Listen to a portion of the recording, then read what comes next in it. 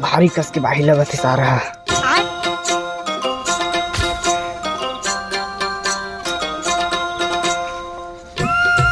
भाई ठंड लगा थे यार बिल्लू। भाई ठंड है, क्या कर दे। कैसे यार भाजा बहुत ठंड है ना। शुरू हो एक कालू ना आते का रे, कालू ही का रे।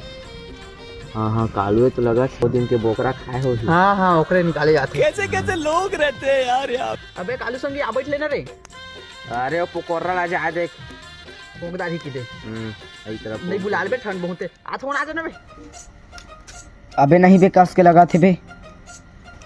अबे आना बे, बहुत ठंड ताप ले रे। अबे पकोड़ा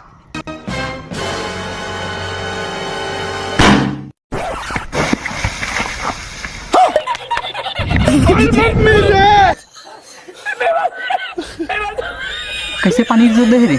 आधा बाहर कर जाते हैं। तो बाहर कर जाबे त कदारी साले आगे में